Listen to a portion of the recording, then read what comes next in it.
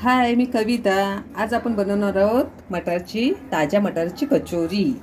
आज आता मार्केटमध्ये छान ताजे वटाणे आलेले आहेत. मी काय केलं आहे, पहिले वटाणे थोडे बॉईल करून घेतले आणि आता मी ते थोडे क्रश करते.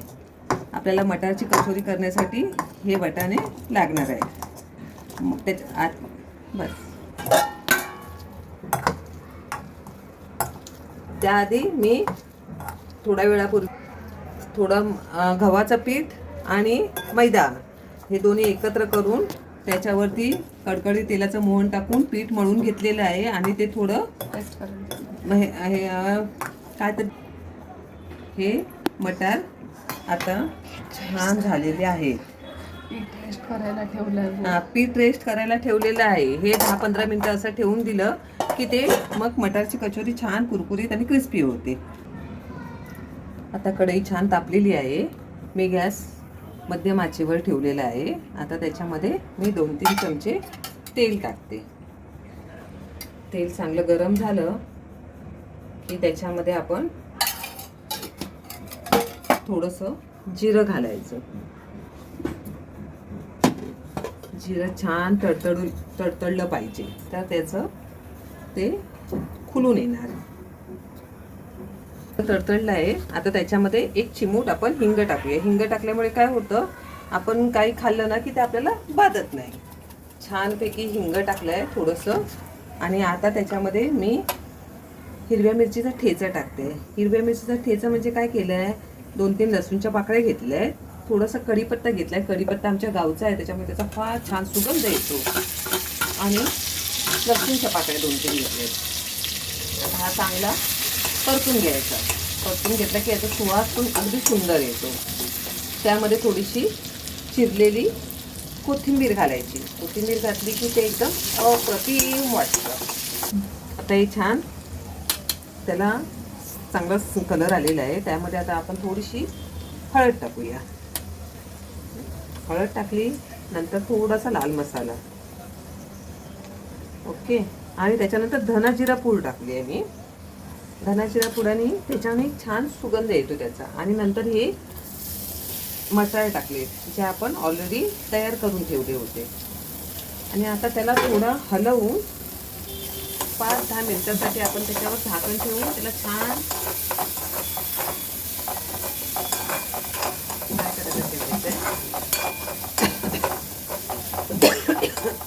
आणि सुंदर असा खमंग वास सुटला आहे. छान आणि सुंदर असा खमंग वास सुटलेला आहे. आता त्याच्यावर आपण झाकण ठेवूया आणि थोडा वेळ वेट करूया. थोड्या वेळाने ते झाकण काढून हलवून घ्यायचं. जर आपण असंच ठेवलं तर खाली लागण्याची शक्यता असते. आता हे छान शिजलेलं आहे. आता ह्याच्यामध्ये मी किसलेलं ओलं खोबरं टाकते. तुम्हाला पाहिजे तेवढं टाकू शकता तुम्ही. ॲक्च्युली ते जास्त असेल तर खूप छान लागतं. त्यामध्ये थोडीशी साखर टाकली. साखरेने अजून टेस्ट त्याची खूप सुंदर होते. आणि त्याच्यामध्ये थोडासा लिंबू पिळून घेतलेला आहे.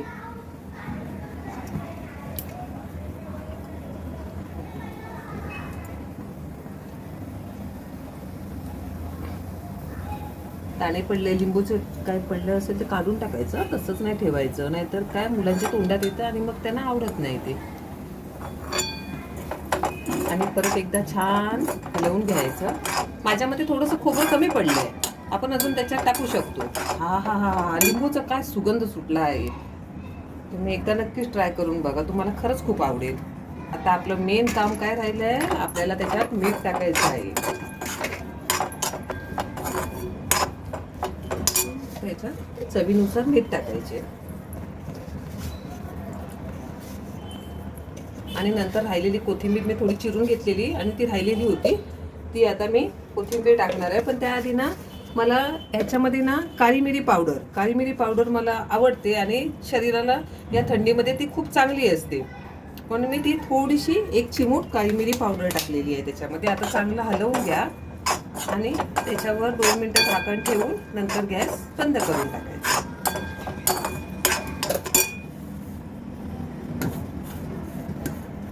आता आपण करंजीची पूर्वतयारी करून घेऊया. मी पहिली एक पोळी छानशी छोटी लाटून घेते आणि नंतर त्यामध्ये आपण पुरण भरायचं आणि तिला करंजीचा शेप द्यायचा.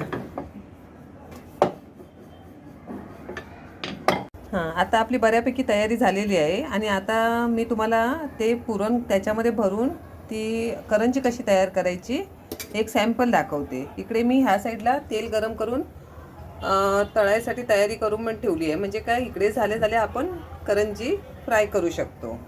हे बघा, हे असं एक पोळी लाटून घेतली आहे. त्यामध्ये तुम्ही आता जे बनवलेलं सारण आहे ते भरायचं आतमध्ये आणि त्याला फोल्ड करायचं. फोल्ड केलं की त्याला साईडला ना पाणी लावायला विसरू नका. पाणी नाही लावलं ना तर काय होणार माहिती आहे, ती करंजी ना तुटत जाणार. पाणी लावलं ना की ते छान असं ग्रिप बसते त्याची. ओके. आणि नंतर त्याला छानपैकी अशी मुरड घालायची. जर तुम्हाला मुरड येत नसेल तर तुम्ही काट्याचा वापर करू शकता. हे असं केल्याच्यानंतर त्याला काटे हे केले की ते पण छान दिसतात. पण ही मुरड म्हणजे आपली पारंपरिक पद्धत, त्याच्यामुळे ती मुरड खूप सुंदर दिसते. आणि आता ह्या बघा, ह्या अशा प्रकारे ह्या तयार झालेल्या करंज्या आहेत. ह्या इकडे तेल तापलेलं आहे. मी आता तुम्हाला करंजी त्याच्यामध्ये एक सोडताना दाखवते. आणि तिला छान खरपूस भाजून घ्यायची, पण मध्यम आचेवर ठेवायचं, कारण की नाहीतर मग काय होणार, ती करपली जाणार. ही बघा, मुरड घालून तयार आहे.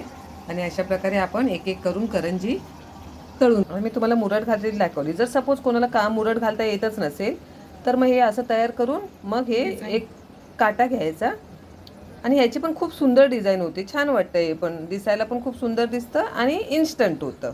ह्या छानपैकी मटर कचोरी तयार झालेल्या आहेत. आता मी ह्याच्यातली तुम्हाला एक फोडून दाखवते. हो हो हो, सुंदर, अप्रतिम. हे बघा, छान कुरकुरीत अशी सुंदर झालेली आहे.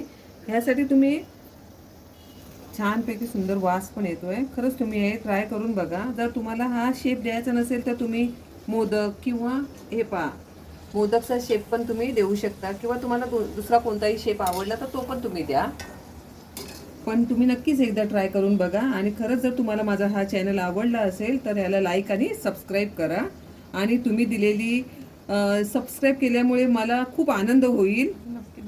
आणि तुम्ही नक्कीच ट्राय करा आणि मला नक्कीच तुमच्या कमेंट सांगा की कशा झाल्यात. थँक्यू, धन्यवाद.